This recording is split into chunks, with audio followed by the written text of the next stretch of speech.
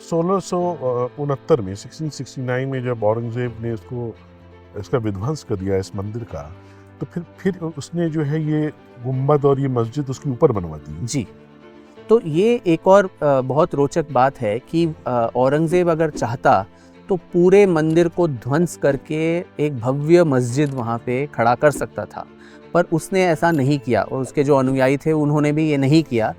इसका भी आप देखिए कितना विकृत मानसिकता है कि पूरा सिर्फ वो मंदिर के गोपुरम जो है, शिखर है, उसको तोड़ के 3 गुंबद वहाँ बना दिए, पर जो पिछला भाग है वो मस्जिद का, वो पूरा आज भी मंदिर के अवशेष हैं।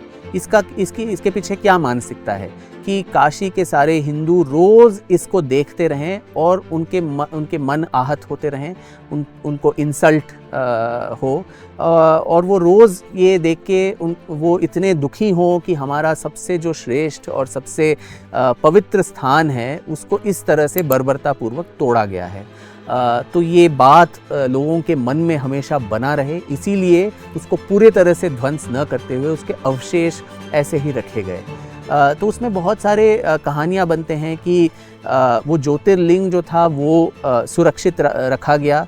जो पंडित थे उनको पता चल गया था कि औरंगज़ेब की सेना आ रही है, तो कुछ इसमें ऐतिहासिक उल्लेख तो है नहीं, ये ओरल नैरेटिव्स ऐसे ही बने हैं कि वो लिंग को ले जाके ज्ञानवापी जो कुआं है, जो पुराणों में उसका उल्लेख है कि वो शिव ने ही इसको अपने त्रिशूल से खोदा था और वहाँ से एक फव्वारे के रूप में पानी प्रकट हुआ। और ये Gyanvapi, well of knowledge, Vapi Sanskrit का शब्द है जिसका अर्थ है कुआं या वेल, और ये ज्ञान का कुआं है।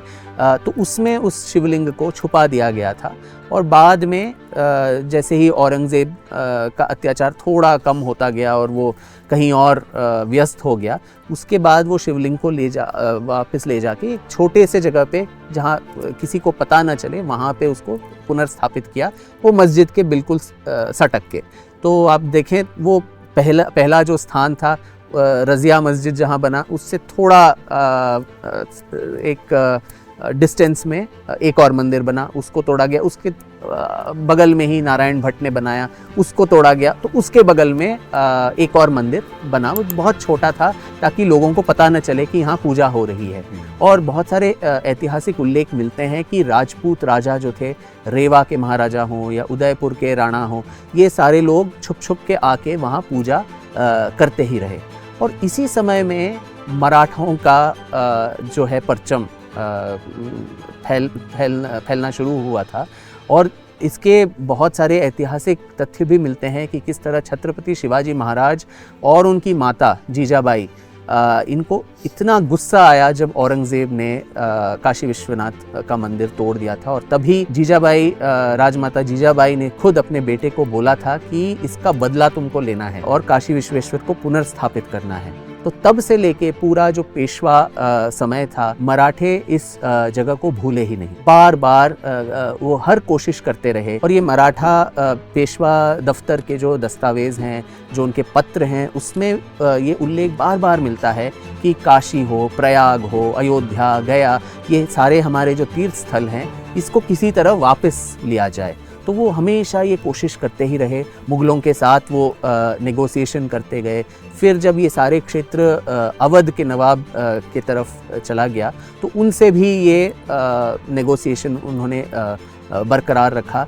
नाना साहेब पेशवा के बहुत सारे पत्र ऐसे मिलते हैं जो वो बोलते हैं कि काशी हमको लौटा दीजिए, पर ये हुआ नहीं। मल्हर राव होलकर, इंदौर के जो चीफ्टन थे, वो एक पूरी सेना लेके जाते हैं कि ये ज्ञानवापी जो मस्जिद है, इसको पूरी तरह से ध्वंस कर दिया जाए और पूरा जो क्षेत्र है उसको लिबरेट कर दिया जाए, पर वो सक्सेसफुल नहीं होते उसमें।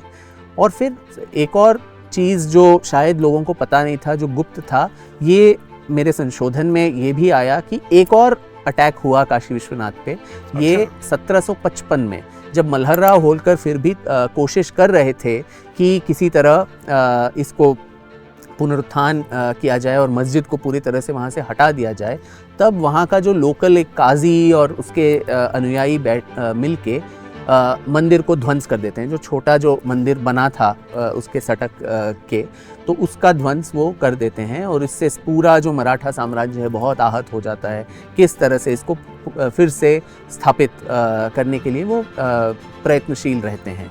तो इनफैक्ट मैसूर युद्ध में भी जब नाना फडणवीस कॉर्नवालिस के साथ नेगोशिएशन करते हैं, आप तीसरे मैसूर युद्ध में नेगोशिएशन के टर्म्स में एक ये भी चीज़ है कि हम आपकी सहायता तब करेंगे अगर आप हमें काशी विश्वेश्वर का मंदिर लिबरेट करने की अनुमति दें।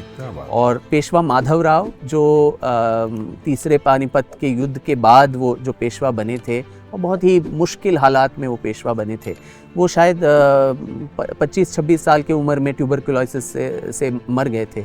उनका जो विल अगर आप देखें उसमें भी एक 3 ऐसे बिंदु हैं जिसमें काशी का उल्लेख है। एक में है कि किसी तरह मेरे जो उत्तराधिकारी हैं आप लोग काशी विश्वेश्वर को लिबरेट करने की जिम्मेदारी आप पे मैं सौंप के जा रहा हूँ, और मेरी माँ वहाँ पे अपना जीवन त्याग करना चाहती हैं, उसके लिए सारे प्रबंध हों, और काशी के पंडितों के लिए इतना इतना जो मेरे तरफ से अनुदान दिया जाना चाहिए वो सब देना चाहिए। तो ये उनके विल में एक 26-27 साल का युवा मरने से पहले उसका उल्लेख करता है। तो आप अंदाज़ा लगा सकते हैं कि किस तरह ये सारे क्षेत्र जो थे, मराठा जो कॉन्शियसनेस था उसमें इतना इम्पॉर्टेंट था।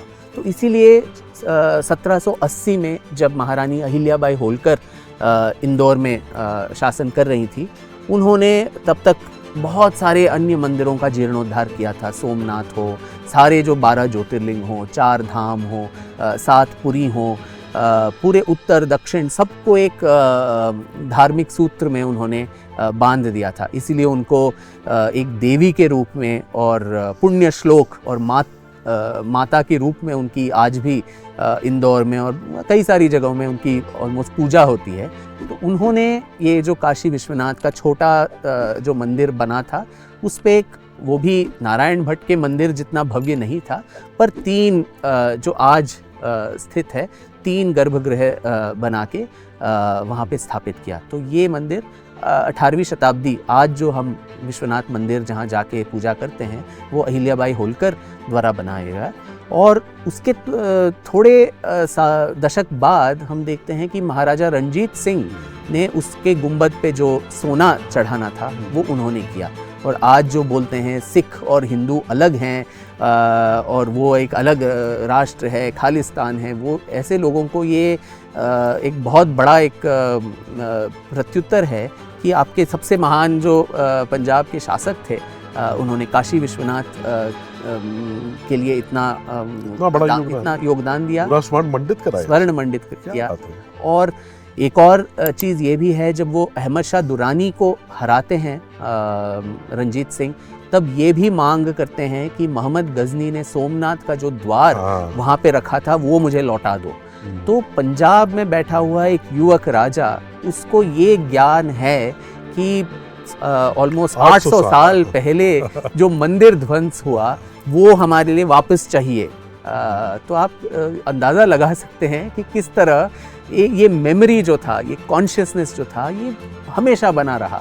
मंदिर चाहे ढहे गए, चाहे ध्वंस किए गए, पर हमें वो वापस चाहिए, ये जो एक जज्बा है वो हमसे गया ही नहीं। बहुत सही कहा।